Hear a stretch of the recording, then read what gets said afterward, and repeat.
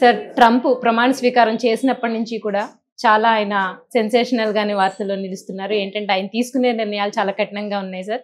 ప్రపంచ దేశాలన్నీ కూడా అంటే భారతదేశాన్ని కూడా చాలా ఆయన పంపించేస్తాను ఉద్యోగుల్ని అని చాలా రకరకాలుగా చెప్తూ ఉన్నారు. సో అందులో భాగంగానే బ్రెజిల్ వలసదారుల్ని ఆయన చాలా దారుణంగా పంపించినట్టు తెలుస్తుంది సార్. సో దాని గురించి అంటే ఎక్కడైనా సరే వలస అంటే వలస వచ్చిన వాళ్ళ మీద ఒక దాడి జరగటము, వాళ్ళని పంపించడానికి ప్రయత్నం చేయటం అనేది సహజంగా జరిగేటువంటి వ్యవహారమే. దీనిలో పెద్దగా ఆశ్చర్యపోవాల్సినటువంటి అవసరం లేదు. ఎందుకంటే చాలా సందర్భాల్లో ఇప్పుడు ఈ వలసవాదులందరికీ గురించి బాధపడుతున్నటువంటి వాళ్ళు ఏ ఆర్గ్యుమెంట్ ముందుకు తీసుకొస్తారంటే, ప్రపంచం అంతా ఒక ఇల్లు, అక్కడ ఉపాధి వెతుక్కుంటూ వెళ్ళారు వాళ్ళు, వాళ్ళని ఎందుకు ఇబ్బంది పెడతారు అని మాట్లాడుతున్నారు. కానీ అక్కడ ఉన్నటువంటి లోకల్స్ అంటే అమెరికాలో లోకల్స్ ఏమిటి అనే ప్రశ్న మళ్ళీ అదొక గొడవ. అంటే అమెరికాయే అసలు ఒక సెటిలర్స్ క్యాంప్. ఇప్పుడు అమెరికన్స్, నేటివ్ అమెరికన్స్ అని చెప్పుకుంటున్నటువంటి వాళ్ళందరూ కూడా ఇంగ్లాండ్ నుంచి వలస వచ్చినటువంటి వాళ్ళే. ఇంగ్లాండ్ నుంచి వలస వచ్చినటువంటి వాళ్ళు నేటివ్ అమెరికన్స్ ని చంపేసి, రెడ్ ఇండియన్స్ అంటారు వాళ్ళని చంపేసి రకరకాలుగా వశపరుచుకుని దాన్ని తమ కంట్రోల్లోకి తీసుకున్నారు. జార్జ్ వాషింగ్టన్ కూడా వైట్ మ్యాన్, అక్కడి నుంచి వచ్చిన వాడే, ఇంగ్లాండ్ నుంచి వలస వచ్చినటువంటి వాడే. ఆయన నాయకత్వంలో జరిగినటువంటి పోరాటంలో, అంటే ఇంగ్లాండ్ నుంచి స్వతంత్రం కోసం జరిపినటువంటి పోరాటంలో సక్సెస్ అయ్యి వాళ్ళు ఈ యునైటెడ్ స్టేట్స్ ఆఫ్ అమెరికా అనే దాన్ని ఏర్పాటు చేసుకున్నారు. అప్పటి నుంచి అంటే ఒక దశలో నీగ్రోలతో పని చేయించుకోవటం, వాళ్ళ బంగారు గనుల్లో నీగ్రోలతో పని చేయించుకోవటం, బానిస విధానం, ఇళ్లల్లో పనులకి నీగ్రోలను పెట్టుకుని పని చేయించటంతో మొదలై తర్వాత అబ్రహాం లింకన్ టైంలో దాన్ని తీసేయటం జరిగింది. ఇలా అమెరికన్ చరిత్రలో అణిచివేత అనేది చాలా తీవ్రంగా కనిపిస్తుంది. అలాగే వైట్ మ్యాన్ అనేటువంటి వాళ్ళకి ఈ అణిచివేతకి సంబంధించి వాళ్ళు మొదటి నుంచి వాళ్ళ బ్లడ్లోనే అణిచివేత లక్షణాలు ఉన్నాయని మాట్లాడిన సందర్భాలు కూడా ఉన్నాయి. అంటే ప్రపంచం అంతా రవి అస్తమించని బ్రిటిష్ సామ్రాజ్యం అనే మాట వినున్నాం మనం. ఈ మాట నేపథ్యంలో వాళ్ళు ప్రపంచంలో చాలా చోట్ల వలసలు ఏర్పాటు చేసుకున్నారు. వలసలు ఏర్పాటు చేసుకున్న ప్రతి చోట నేటివ్ పీపుల్తో ఘర్షణలు జరిగినాయి. వాళ్ళకి ఆ ఘర్షణలను చాలా క్రూరంగా అణిచివేశారు. ఇక్కడ ఏంటంటే ఇప్పుడు కొత్తగా మనం చూస్తున్నటువంటి అమెరికా వ్యవహారం, ట్రంప్ గారి వ్యవహారంలో ఆయన లోకల్గా అక్కడికి వలసలు రావటం వలన లోకల్ పీపుల్ మాకు ఉపాధి అవకాశాలు పోతున్నాయని గొడవ చేస్తున్నారు. ఒకప్పుడు ఇక్కడికి ఇండియాకి బ్రిటిష్ వాళ్ళు వచ్చి వాళ్ళ వలసలు పెరుగుతున్నటువంటి క్రమంలో ఇక్కడ శ్రమని దోచేసుకుని వాళ్ళు పట్టుకెళ్ళిపోతున్నారు అనేది ఆ రోజున ఎలిగేషన్.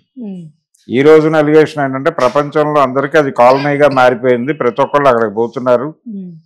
పోవడం వలన ఏంటంటే లోకల్స్కి ఉపాధి అవకాశాలు తగ్గిపోతున్నాయి. అందుకని చాలా సందర్భాల్లో అమెరికాలో ఈ బయట నుంచి వలస వచ్చినటువంటి వాళ్ళ మీద సాయుధ దాడులు జరుగుతున్నాయి, చంపేస్తున్నారు. రోడ్ల మీద, బారుల్లోనూ లేకపోతే రెస్టారెంట్ల మీద దాడులు చేసి చంపేయటం కూడా చూస్తున్నాం మనం. ఇది ప్రతి చోట జరుగుతుంది. ఇప్పుడు తెలంగాణ ఉద్యమ కాలంలో వినిపించినటువంటి మాట ఏమిటి? ఆంధ్ర వలసవాదులారా వెళ్ళిపోండి అనే మాట వినిపించింది. అంటే దానికి రీజన్ కూడా లోకల్ నేటివ్ పీపుల్కి ఉపాధి అవకాశాలు క్షీణించిపోతున్నాయి అని. ఇదే నినాదం గ్లోబల్ లెవెల్లో మనం చూస్తున్నాం. ఇప్పుడు ఒక రకంగా సౌత్ను తిని నార్త్ బతుకుతోంది అనేటువంటి ఒక నినాదం ఉంది ఇక్కడ భారతదేశంలో.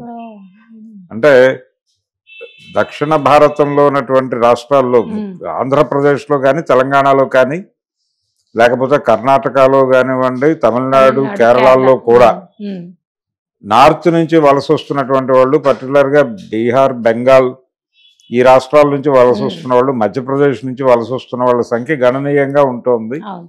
వీళ్ళు ఇక్కడ అన్ని పనుల్లోనూ జాయిన్ అయిపోతున్నారు. వీళ్ళు రావడం వల్ల ఏంటంటే ఇక్కడ పని వాళ్ళకి కూలీ రేట్లు పెరగకుండా చేస్తున్నారు. వీళ్ళు కూలీ రేట్లు పెంచమని అడిగితే మీరు వెళ్ళిపోండి, మీరు పని చేయక్కర్లేదు, మేము బీహార్ వాళ్ళని 20 రూపాయలకే పెట్టుకుంటాం అనే పద్ధతిలో మాట్లాడుతున్నారు కాంట్రాక్టర్లు.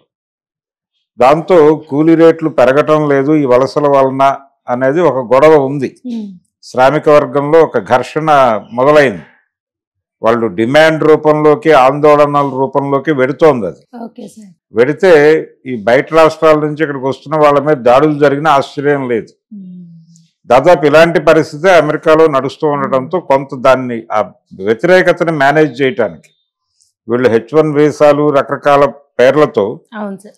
ప్రపంచం నలుమూలల నుంచి అక్కడికి అట్రాక్ట్ చేశారు జనాలను. ఈ అట్రాక్ట్ చేయటం అనేది నేటివ్ పీపుల్ని కొంచెం సఫరింగ్లోకి పంపించడం వలన కంటి తుడుపు చర్యలో భాగంగా నిజానికి అమెరికాలో జరుగుతున్నటువంటి చాలా సర్వీస్ సెక్టార్లో జరుగుతున్న చాలా పనులు అవుట్ సోర్సింగ్ ద్వారా చేయిస్తున్నారు వాళ్ళు. ఈ అవుట్ సోర్సింగ్ ఏజెన్సీలు అన్నీ కూడా అమెరికా బయట ఉంటాయి, ఇండియా లాంటి చోట్ల ఉంటాయి. ఈ ఇండియా లాంటి చోట్ల తక్కువ ఖర్చుతో లేబర్ దొరుకుతుంది. ఆ లేబర్తో అవుట్ సోర్సింగ్ అనే పేరుతో ఇక్కడ పనులు జరుగుతున్నాయి, అక్కడ వాళ్ళకేమో ఉద్యోగాలు దొరకటం. ఈ అవుట్ సోర్సింగ్ మీద కూడా గొడవ ఉంది. ఇవి కూడా ఆపేయాలని, ఇవి ఆపేస్తే ఇండియాలో దాన్ని బేస్ చేసుకుని ఏర్పాటు చేసుకున్న ఐటీ కంపెనీలన్నీ ఏమైపోతాయనేటువంటి ఆందోళన ఇక్కడ ఉంది. ఉద్యోగులు వీధిని పడతామని భయపడుతున్నారు. ఇప్పుడు హైటెక్ సిటీలోనూ అక్కడ పనిచేస్తున్న ఎంప్లాయీస్ అందరూ కూడా ఇది ఒక గొడవ ఉంది. దీంతో పాటు ఇప్పుడు ఇండియన్స్ కూడా పంపించేస్తారు అక్కడి నుంచి అనే మాట వినిపిస్తోంది. అయితే ఒక పద్ధతి తీసుకున్నాడు ఆయన, ఇది కంటి తుడుపు చర్య మాత్రమే. అక్కడ ఎటువంటి ఆధారము లేకుండా ఉంటున్న వాళ్ళని మాత్రమే పంపిస్తాము. ఏదో ఒక వర్క్ వీసాలోనో లేకపోతే మరొక పద్ధతిలోనో అక్కడ ఒక అఫీషియల్ డాక్యుమెంట్స్తో ఉన్న వాళ్ళ పట్ల మేమేమి వ్యతిరేకత వాళ్ళని పంపించేయటం ఇలాంటి పనులు పెట్టుకోము అని చాలామంది అక్రమ చొరబాటుదారులు ఉన్నారు. ఈ అక్రమ చొరబాటుదారులు ఇండియా నుంచి కూడా దాదాపు 18,000 మంది ఉన్నారనేది ఒక లెక్క ఒకటి బయటకు వచ్చింది ఈ మధ్య.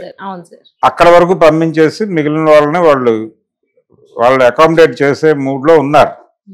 అంటే అనుమతి పొంది ప్రవేశించిన వాళ్ళని మేము ఎలాగో డీల్ చేస్తాం, అనుమతి లేకుండా ప్రవేశించిన వాళ్ళని అక్రమ చొరబాటుదారుల వరకు వ్యవహరిస్తామని. ఈ అక్రమ చొరబాటుదారుల్ని చాలా దారుణమైన పద్ధతిలో వెనక్కి పంపించడం అనేది బ్రెజిల్ వాళ్ళని పంపించడంలో మనకు క్లియర్గా కనిపిస్తోంది, విజిబుల్గా ఉంది అది వాతావరణం. అంటే ఎందుకు చేశారు ఇలాగా? వాళ్ళని ఏసీ ఆపేసినటువంటి విమానం బేడీలేసి పంపించడం ఎవరిని తృప్తిపరచడానికంటే అక్కడ ఉన్నటువంటి నేటివ్ పీపుల్ని తృప్తిపరచడానికి. చూసారా మేము ఎంత కఠినంగా గెంటేస్తున్నామో బయటికి అని అక్కడ ప్రొజెక్ట్ చేసుకుంటాడు ఆయన ట్రంప్. కానీ ఇక్కడ వాళ్ళకి జరిగేది ఏమి ఉండదు పెద్దగా. ఈ అవుట్ సోర్సింగ్ జరుగుతూనే ఉంటుంది. అక్కడ ఆల్రెడీ ఉన్నవాళ్ళు ఉన్నారు, బయట నుంచి అఫీషియల్గా వచ్చే వాళ్ళకి ఎప్పుడూ ప్రవేశం ఉంటుందని చెప్తున్నాడు ఆయన. కాబట్టి వీళ్ళు వస్తూనే ఉంటారు. అమెరికాకి మేజర్గా కింది స్థాయి పనులు చేస్తున్న వాళ్ళు హోటల్స్లోను, అలాగే చాలా చిన్న పారిశుధ్య రంగంలో కూడా పారిశుధ్య రంగంలో పనులు చేస్తున్న వాళ్ళు అక్రమ చొరబాటుదారులే. జీవనోపాధి లేక ఏదో పద్ధతిలో అంటే అక్రమంగా ఎవరికి దొరకకుండా అమెరికాలో ప్రవేశపెట్టడం అనేది ఒక కార్యక్రమం ఉంది. దాని మీద చాలా సినిమాలు కూడా వచ్చినాయి. చాలా అంటే ఆ టాపిక్ తీసుకుని ఇక్కడ కొన్ని ఏజెన్సీల వాళ్ళు డబ్బులు తీసుకుని అక్కడికి పంపిస్తారు, ఏదో పద్ధతిలో స్మగుల్ చేస్తారు ఒక రకంగా మనుషుల్ని. ఈ మనుషుల్ని స్మగుల్ చేసేటువంటి కల్చర్ని కొంతమేరకు అడ్డుకునే ప్రయత్నం ట్రంప్ చేయొచ్చు. అది కొంతమేరకే మళ్ళీ ఆ ఏరియాలో దీని మీద ఆధారపడి బతుకుతున్నటువంటి నేటివ్ అమెరికన్స్ కొంతమంది ఉన్నారు. అంటే ఈ అక్రమ చొరబాటుదారులకు ఆశ్రయం కల్పించడం ద్వారా ఉపాధి పొందుతున్నటువంటి వాళ్ళు కూడా ఉన్నారు. ఇలా చాలా ఇంటర్లింక్ ఉన్నటువంటి గొడవలు ఉన్నాయి దీనిలో. అందుకని కొంచెం కంటి తుడుపు చర్యల్లో భాగంగా ఈ బ్రెజిల్ వాళ్ళని కొంచెం ఆ పరిస్థితుల్లో బయటకు పంపారు. రేపు పొద్దున వాళ్ళు ఐడెంటిఫై చేసినటువంటి